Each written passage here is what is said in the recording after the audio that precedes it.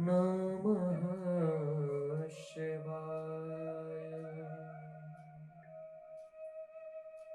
शुभं शुभं कुरु नमः शिवाय। नमस्कार, सादर जय श्री कृष्ण। स्वागत है आप सभी का हमारे कार्यक्रम भागवत कथा। भगवान श्री कृष्ण की महती कृपा करुणा से हम लोग उन्हीं की वांग्मय प्रतिस्वरूपा अर्थात शब्दमय भगवान का ये जो विग्रह है, इसका श्रवणों के माध्यम से दर्शन कर पा रहे हैं। हम सबका सौभाग्य है और मुझे भी आप सबको सुनाने का ये अवसर मिला है, क्योंकि प्रायः इतने विस्तार से हम कथा कर नहीं पाते, क्योंकि समय की अपनी एक मर्यादा होती है। आजकल लोगों के जीवन में बड़ी व्यस्तताएं हैं और उन व्यस्तताओं के चलते कोई 7 दिन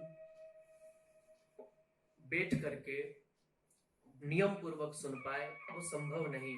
इसलिए हमारा प्रयास बस यही है कि जो लोग समय के अभाव में हमारे शास्त्र जो है, हमारे धर्म ग्रंथ जो है, उनसे वंचित रह पा रहे हैं, उनको श्रवण कर नहीं पा रहे हैं, बस हमारा यही प्रयास है कि ये जो हमारे ग्रंथ है, हमारे सनातन धर्म का जो मूल है, जिस पर हमारा धर्म टिका हुआ है, जिस पर हमारा धर्म आश्रित है, हमारे धर्म में विधि निषेध का जिसमें वर्णन किया गया है, क्या करना चाहिए क्या नहीं करना चाहिए, ये आप तक पहुंचे, इसी प्रयास से, इसी संकल्प के साथ, इसी धारणा को, इसी आशा को साथ में लेकर के हम आप तक ये कार्यक्रम पहुंचा रहे हैं, ताकि आपका व्यस्ततम जीवन जो है उसमें भी ज्यादा समय आपसे नहीं मांगते, केवल 20 मिनट हमको आप रोज दीजिए और हमको मत दीजिए, आप अपने स्वयं के लिए दीजिए, क्योंकि भागवत तो आत्म कल्याण के लिए है, स्वयं के कल्याण के लिए है। इसलिए सभी से मेरा अनुरोध है, आप जो लोग निरंतर देखते हैं, जो श्रवण कर रहे हैं वो सौभाग्यशाली है, जो लोग नहीं सुन रहे हैं उन तक भी आप पहुंचाएं, क्योंकि सुनने वाले को और सत्कर्म करने वाले को तो उसका फल मिलता है, परंतु जो सत्कर्म में किसी को प्रेरित करता है उसको और अधिक फल की प्राप्ति होती है। इसलिए आप भी सुने औरों को भी सुनाएं। हमने पिछले सत्र में श्रवण किया कि सौनकादिक 88,000 ऋषियों ने सूत जी महाराज से 6 प्रश्न किए और उन्हीं 6 प्रश्नों के उत्तर को देने के लिए सूत जी महाराज एकदम तैयार हैं। सूत जी महाराज कहते, ऋषि तुमने प्रश्न तो अत्यंत कल्याणकारी किए हैं, और तुमने जो प्रश्न किए हैं वो केवल अपने कल्याण के लिए नहीं किए, समूचे विश्व के कल्याण के लिए किए हैं, समूची मानव जाति के कल्याण के लिए तुमने प्रश्न किए हैं। और तुम्हारा ये जो प्रश्न है यही दर्शाता है कि तुम स्वार्थी नहीं हो, तुम केवल अपने बारे में नहीं सोचते, और तुमने इस तरह का प्रश्न करके ये दुनिया को दिखा दिया, जगत को दिखा दिया कि संत कभी स्वार्थी नहीं हो सकता, वो केवल अपने कल्याण की बात नहीं करता, वो वसुधैव कुटुंबकम, वो पूरी वसुधा के, पूरी पृथ्वी की चराचर जीवों के कल्याण की बात करता है। इसलिए तुमने जो प्रश्न किया है सार्वभौम है। कदाचित तुम यदि स्वार्थ से ओतप्रोत होकर के या स्वार्थ के वश केवल अपने लिए प्रश्न करते कि हमारा उद्धार कैसे हो, तो शायद मैं तुमको नहीं सुनाता, परंतु तुमने जगत के कल्याण के लिए प्रश्न किए हैं, इसलिए उत्तर देना अब मेरा भी दायित्व बनता है। और यही हमारे धर्म की विशेषता है। हमारा जो धर्म है वो कभी अकेले की बात नहीं करता, वो कभी सेल्फिश नहीं है, वो स्वार्थी नहीं है, वो सबके बारे में सोचता है। परोपकाराय सतां विभूतये, जो सज्जन होते हैं वो सबके विषय में सोचते हैं, केवल अपने बारे में नहीं। सूत जी कहते हैं तुम्हारे प्रश्न का जवाब जरूर दूंगा, परंतु तुम्हारा जवाब देने से पूर्व तुम्हें मैं उत्तर दूं उसके पहले जिन गुरुदेव की कृपा से मुझे ये ज्ञान मिला है कि आज मैं तुम्हारे प्रश्न का उत्तर देने में सक्षम हूं, एक बार उन गुरुदेव का तो उसमें स्मरण कर लो। जिसने जीवन में कुछ दिया हो ना, उसे कभी भुलाना नहीं चाहिए, कभी नहीं। उसके सदैव कृतज्ञ रहना चाहिए, उसका सदैव सम्मान करते रहना चाहिए। जिसने आपको दिया है,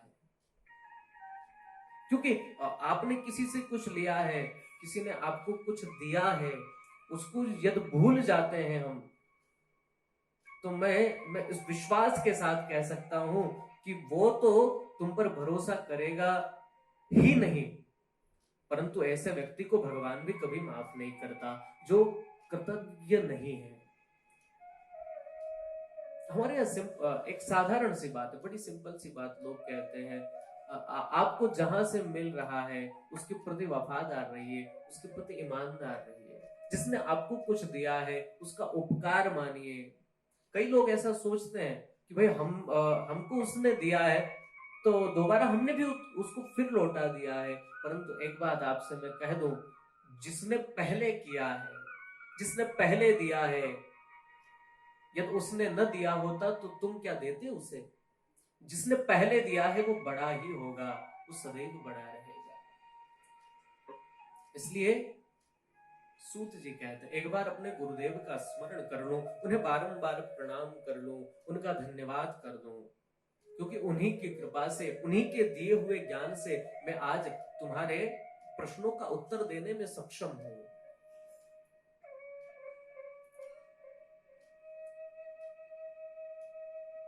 हाथ जोड़कर अपने गुरुदेव का स्मरण करते हैं। कौन है गुरुदेव? परिचय बड़ा जाना पहचाना सा है, एक बार ये परिचय मैं आपको दे चुका हूं। यम प्रव्रजन्तमनुपेतमपैत कृत्यं द्वैपायनो विरह कातर आजुहाव पुत्रेति तन्मयतया तरवो विनयदोष तम सर्वभूतहृदयं मुनिमानतोस्मि। जो सर्वभूत हृदय है, जो सब में समाया हुआ है, जिनका जन्म हुआ तो वो जन्म लेते से ही सन्यास ग्रहण जिसने कर लिया। पिताजी चिल्लाते रहे पीछे, बोले बेटा रुक जा, बेटा रुक जा, परंतु जिसने एक न सुनी। कहते हैं पिताजी कौन बेटा, किसका बेटा? अरे ये संसार चक्र है, ये घूमता रहता है। आज जो मेरा बेटा है, कल हो सकता है वो मैं उसका बेटा बन जाऊं। जिस प्रकार एक पहिया घूमता रहता है, कभी नीचे वाला हिस्सा ऊपर आ जाता है, ऊपर वाला नीचे आ जाता है, वैसे ये तो संसार चक्र है। जो जन्म लेते से ही माया से मुक्त है, ऐसे पुत्रेति तन्मयतया तरवोभिने दुस्तम सर्वभूत हृदयम मुनिमानतोस्मि। सर्वभूत हृदय मुनि श्री सुखदेव जी को मैं प्रणाम करता हूँ। सूत जी के गुरु जी का नाम है श्री सुखदेव जी महाराज, और उन्होंने क्या उपकार किए हैं? यस्वानुभावमखिल श्रुतिसारमेकम् अध्यात्मदेपमतितीर्थशतान्तमोन्धम्। यस्वानुभावमखिल श्रुतिसारमेकम्, और जिन्होंने समस्त श्रुतियों का अर्थात वेदों का, श्रुति हमारे यहाँ वेदों को कहा गया है, जिसको सुन करके जीवंत रखा गया है। क्योंकि एक समय जब था हमारे यहाँ बहुत अत्याचार हुए, हमारे जितने ग्रंथ हैं वो सब जला दिए गए, पुस्तकालय के पुस्तकालय नष्ट कर दिए गए, कभी मुगलों ने कर दिए, तो कभी अन्य विधर्मियों ने कर दिए, तो कभी राक्षसों ने भी हमारे वेदों को नुकसान पहुंचाया। एक बार तो भगवान साक्षात हयग्रीव अवतार लेकर भगवान ने स्वयं वेदों की रक्षा की है। तो भगवान सदैव वेदों की रक्षा करते हैं, धर्म की रक्षा करते हैं। तो श्रुति वेद को कहा जाता है जिसको सुनकर जीवंत रखा गया है। जब सब पुस्तकों को जला दिया गया, ग्रंथों को जला दिया गया, उनके साथ अन्याय अत्याचार जब होने लगा, तो ग्रंथ कहीं दिखाई नहीं पड़ते थे, तब उन ऋषि मुनियों ने, ब्राह्मणों ने स्वयं उन ग्रंथों को, उन वेदों को पूरा अध्ययन किया, पूरा कंठस्थ किया, और वो परंपरा आगे तक कैसे पहुंचे। ऋषि तो जानते थे कि हम आज हैं कल नहीं है, जब हम नहीं होंगे तो क्या क्या हमारे साथ ये श्रुतियां भी नष्ट हो जाएगी, क्या ये वेद भी नष्ट हो जाएंगे। बोले ऐसा हम होने नहीं देंगे। तो उन्होंने क्या किया, खुद जो कंठस्थ किया उसको अपने शिष्यों को सुनाया, और इस प्रकार हमारी इस वेद परंपरा को जीवित रखा। उन्होंने उनके आगे सुनाया, फिर अगली पीढ़ी को उन्होंने सुनाया, अर्थात जो सुनकर हम तक पहुंचा है वो श्रुति है, जिसको सुनकर जीवंत रखा गया। तो यस्वानुभावम अखिल श्रुतिसारमेकम, जिन्होंने श्रुतियों में अर्थात वेदों में जो क्लिष्ट है, बहुत कठिन है जिसको समझना, उसको भी सरल करके सार रूप में एक अध्यात्म का दीपक जला दिया है। वो सार रूप दीपक जल रहा है, किस लिए? बोले संसारिणाम करुणया पुराण तुल्यम, बोले संसारियों पर कृपा करके, करुणा करके। व्यास जी के जो पुत्र है ये सुखदेव जी, ये जानते थे कि आगे चलकर घोर कलिकाल आने वाला है, अंधेरा होने वाला है। कली का जो तम है, कलयुग का जो अंधेरा है, उसमें किसी को धर्म दिखाई नहीं पड़ेगा, क्योंकि उस कली को नष्ट करने वाले भगवान जो है वो तो अपनी लीला का संभरण करके जा चुके होंगे, क्योंकि भगवान ही प्रकाश स्वरूप है। जब वो होते हैं तो सब कुछ दिखाई पड़ता है, परंतु जब भगवान लीला का संभरण करके चले जाएंगे, तब जब प्रकाश नहीं होगा, वो ज्ञान का सूर्य नहीं होगा, तो फिर लोग कैसे देख पाएंगे? कलयुग के इस अंधेरे में लोगों को धर्म दिखाई पड़ेगा कैसे? तो जब दिन नहीं होता, जब सूर्य नहीं होता, तो देखने के लिए एक बेहतर विकल्प होता है, वो है दीपक, जो हमें उतना व्यापक प्रकाश तो नहीं देता जैसा सूर्य देता हो, परंतु उतना प्रकाश देता है जिसमें हमारा काम हो जाए। तो क्या किया? अध्यात्म का दीपक जला दिया। ये भागवत जो है ना, ये दीपक है कलयुग में, इस अंधेरे में धर्म को देखने के लिए।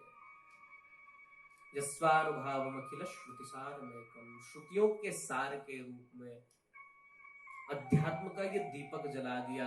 हम संसारियों पर करुणा करके, कृपा करके, बोले ये अंधे हो जाएंगे एकदम, इनको कुछ दिखाई नहीं पड़ेगा धर्म के मामलों में, तो भागवत रूपी ये जो दीपक जला दिया। ऐसे व्यास नंदन भगवान श्री सुखदेव को मैं बारंबार प्रणाम करता हूँ। तम व्यास सूनुमुपयामि गुरुम मुनेना। आगे चलकर नमस्कार किया, भगवान नारायण को नमस्कार करते हैं, सरस्वती को नमस्कार करते हैं, और भागवत के रचनाकार जो हैं भगवान श्री वेदव्यास, उनको नमस्कार करते हैं। इनका नाम व्यास इसीलिए क्योंकि इन्होंने विस्तार किया है। पूर्व में केवल एक ही वेद था। तो व्यास जी का हम थोड़ा परिचय जाने। पूर्व में एक ही वेद था जिसको ऋग्वेद कहते थे। फिर उस एक वेद से व्यास जी ने उसको 4 भागों में परिणित कर दिया, 4 भागों में उसको बांट दिया। तो फिर ऋग्वेद, यजुर्वेद, सामवेद और अथर्ववेद, ये 4 भागों में हो गया। उसके बाद पुराणों की इन्होंने रचना की, 18 पुराण लिखे, 18 पुराण, और पंचम वेद महाभारत की भी इन्होंने रचना की। और ये इतने श्रेष्ठ रचनाकार हैं, इतने भविष्य दृष्टा है कि इन्होंने महाभारत जो है वो पहले से ही रच करके अपने पास रख ली। बताइए महाभारत में क्या क्या होने वाला है, इन्होंने पहले से ही रचना करके अपने पास रख लिया। अभी घटना घटी नहीं है, इन्होंने पहले ही उसको उसका निर्माण कर दिया, उसकी रचना कर दी। ऐसे श्री वेद व्यास, उनके पुत्र भगवान सुखदेव बारंबार उन्हें प्रणाम करते हैं। नारायणं नमस्कृत्य नरं चैव नरोत्तमं देवीं सरस्वतीं व्यासं ततो जयमुदीरयेत्। उसके उपरांत भक्ति का स्वरूप बताया, यहां से कथा का आरंभ किया। भक्ति कैसी हो? क्या हम लोग जो करते हैं वो भक्ति है? भक्ति का स्वरूप बड़ा अद्भुत है। भक्ति किसे कहते हैं?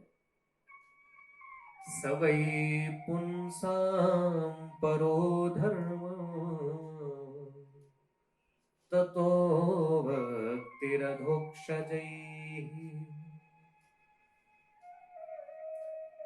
सवै पुंसां परो धर्मो ततो भक्तिरधोक्षजैः।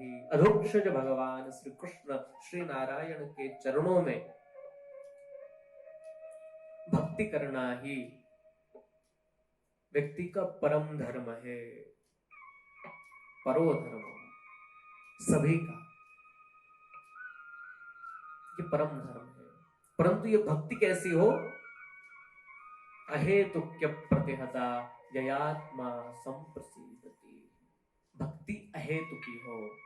अहेतुकी से मतलब जिसमें हमारा कोई हेतु न हो, हमारा कोई स्वार्थ न हो, और जिसमें स्वार्थ हो वो व्यापार हो सकता है, वो भक्ति नहीं हो सकती। आजकल हम लोग वैसी भक्ति करते हैं। खैर, न होने से होना अच्छा है। कुछ न हो रहा हो उससे तो कुछ हो रहा है बेहतर है। परंतु वास्तविक भक्ति किसे कहते हैं आइए जानते हैं। वास्तविक भक्ति होती अहेतुकी, जिसमें कोई हेतु न हो, जिसमें कोई कामना न हो। और हम लोग प्रायः क्या करते हैं? हम बिना कामना के भक्ति करते ही नहीं। फिर भक्ति तो कोई करता ही नहीं आजकल। सब अपने अपनी कामना की पूर्ति के लिए करते हैं, तो उसे हम भक्ति कह नहीं सकते। हम लोग क्या करते हैं? हे भगवान गणेश जी, मेरा बेटा इस बार अच्छे नंबरों से, अच्छे अंकों से पास हो जाएगा ना, तो मैं आपको 1.25 किलो लड्डू चढ़ाऊंगी या 5.25 किलो लड्डू चढ़ाऊंगी या चढ़ाऊंगा। और यदि बेटा अच्छे नंबर से पास नहीं हुआ, रिजल्ट आया, फिर कहेंगे हमने तो 5.25, हमने तो कहा था अच्छे नंबरों से पास होगा तब चढ़ाएंगे, अब क्यों चढ़ाएं? क्योंकि हुआ ही नहीं अच्छे नंबरों से पास। हम श्रावण में खूब भगवान शंकर जी के ऊपर दूध चढ़ाते हैं, जल चढ़ाते हैं, जाकर के कहते हैं हे भगवान भोलेनाथ, मेरी बहू के यहाँ बेटा हो जाए, मेरे बेटे के यहाँ बेटा हो जाए, पोता आ जाए भगवान की कृपा से, आपकी कृपा से, तो मैं पूरे सावन आपका अभिषेक करूंगी, आपके ऊपर जल चढ़ाऊंगी, मैं बिलपत्र चढ़ाऊंगी। क्यों जी? ये तो आपका स्वार्थ हो गया। अब भगवान को यदि पुजवाना हो, अपने ऊपर दूध चढ़वाना हो, जल चढ़वाना हो, तो बेचारे पहले आपको बेटा दे, आपके बेटे के यहाँ बेटा दे, अर्थात पोता दे। ये तो ठीक वैसा ही हो गया। ये भक्ति नहीं हो सकती, ये व्यवहार है। जैसे हम लोग क्या करते हैं, किसी दुकानदार के पास गए, उसको हमने 10 रुपया दिया, उसे कहा भैया फलानी चीज हमको ये दे दे, उसने आपसे पैसा लिया, वो चीज आपको दे दी। अब एक बात बताइए, इसमें भक्ति कहाँ हो गई? उसमें प्रेम कहाँ हो गया? प्रेम में तो दिया ही दिया जाता है, लिया कुछ नहीं जाता है। और प्रेम का ही दूसरा नाम भक्ति है। प्रेम में कभी आकांक्षा ये नहीं होती कि सामने वाले से भी मुझे मिले, वो सच्चा प्रेम है। नारद भक्ति सूत्र में नारद जी कहते हैं तत्सुखे सुखित्वम, अपने प्रियतम के, जिससे हम प्रेम करते हैं, जिसके हम भक्त हैं, उसके सुख में ही हमको भी अपना सुख मानना चाहिए। यही सच्चा प्रेम है, यही सच्ची भक्ति है। और हमारी भक्ति में तो स्वार्थ होता है। हम आपको याद कर रहे हैं तो आप भी हमको याद करिए। भाई ये कैसा प्रेम? हम किसी चीज के लिए उसको विवश करें और कदाचित वो हमारी शर्त पूरी न करे तो उससे हम संबंध तोड़ लेते हैं, ये प्रेम नहीं हो सकता। ये स्वार्थ है, ये विनिमय है, ये एक सौदा जरूर हो सकता है। हम कुछ आपको दें, आप हमको कुछ दीजिए। यहाँ तो संसार में भी ठीक वैसा ही है। आप देखेंगे ना, जब सामान्य भाषा में आजकल के जो लोग हैं किसी को कहते हैं हम आपको याद करते हैं, आई मिस यू, जब तक सामने वाला आई मिस यू टू या फिर ऐसा कुछ न बोले तब तक उसको लगता है कि हमने अपनी तरफ से बोल दिया हम आपको याद करते हैं, हम आपका स्मरण करते हैं। हम उससे क्यों अपेक्षा रखते हैं कि वो भी वैसा कहे? और यदि हम अपेक्षा रखते हैं तो हम ठीक वैसा ही करते हैं जैसा व्यापारी करता है, जो जो कुछ लेता है और कुछ दे देता है। ये प्रेम नहीं हो सकता, ये विनिमय हो सकता है, ये व्यापार हो सकता है। और हम भी आजकल भगवान के साथ व्यापार ही कर रहे हैं। हे भगवान हमारा ये हो जाए, हमारी जन्म पत्रिका में ऐसा है तो हम इसकी शांति करवा लें तो हमारा ये फायदा हो जाए। हम आपका जप करवा देते हैं, आप भगवान हमारा ये काम करवा दीजिए। हम आपका अभिषेक कर देते हैं, आप हमारा ये कर दीजिए। कभी निस्वार्थ किया है? कभी कहा है किसी ब्राह्मण से पूजन करने वाले से, गुरुजी हमको कुछ नहीं चाहिए, हे ब्राह्मण देवता ऐसा पाठ कर दीजिए, कुछ ऐसा अनुष्ठान कर दीजिए जिससे भगवान के चरणों में निष्काम प्रीति हो जाए, भगवान के चरणों में निष्काम प्रेम हो जाए? ऐसा भाव कभी मन में आया है? जिस दिन ये श्रेष्ठ भाव, ये उत्तम भाव आपके हृदय के भीतर आ जाएगा, उसी क्षण परमात्मा की भक्ति आपके हृदय के भीतर प्रकट हो जाएगी। इसलिए भक्ति श्रेष्ठ वही है जिसमें कोई स्वार्थ न हो, जिसमें कोई हेतु न हो, कोई कामना से प्रेरित हो करके हम भक्ति करें, हम भजन करें, वो श्रेष्ठ भजन नहीं हो सकता। अहेतुके, फिर अप्रतिहता, आपकी भक्ति से कोई आहत न हो। हम भक्ति कर रहे हैं, कहते हैं हम आपसे बहुत प्रेम करते हैं और हम आपसे प्रेम करते हैं, हमारे प्रेम की सौगंध है, आपको हमारा ये काम करना पड़ेगा। ये कैसा प्रेम? हम किसी के साथ जबरदस्ती करें, नहीं आपको ये करना ही होगा क्योंकि हम आपके प्रेमी हैं, तो मुझे नहीं लगता ये श्रेष्ठ प्रेम है। ये प्रेम भी नहीं कह सकते इसको भक्ति भी नहीं कह सकते। कोई आहत न हो आपकी भक्ति से। कई बार कुछ लोग, एक सामान्य उदाहरण मैं आपको दूं, जब कई लोग प्रातः काल 4 बजे उठ करके बहुत जोर जोर से ऐसा घंटी बजाते हैं, भाई हम बड़े पुजारी हैं, हम भगवान की पूजा कर रहे हैं, आसपास के लोग सो रहे हैं। वो एक हास्य की बात है, उठ करके कहते होंगे अरे ये बुढ़ा, ये बुढ़िया कब मरेगी? जब देखो तब सुबह से 4 बजे से इधर हमारी नींद रहती है, इधर इसको बजाना रहता है। अर्थात आपकी जो भक्ति है उससे कोई आहत हो रहा है, कोई परेशान हो रहा है। और आपकी भक्ति से कोई आहत हो, कोई परेशान हो, जिसका जिसका दिल दुख जाए। हम लोग कई बार मंदिर में जाते हैं, हम लोग देखते हैं, जाते तो हम भक्ति के नाम पर हैं, परंतु बड़ा देखने में आता है कुछ माता इधर उसको कौनी मार रही है, उसको मार रही है। अरे भैया कहाँ जा रही हो इतनी जल्दी? अरे हम रोज आते हैं, हम रोज आते हैं, हम पहले जाएंगे।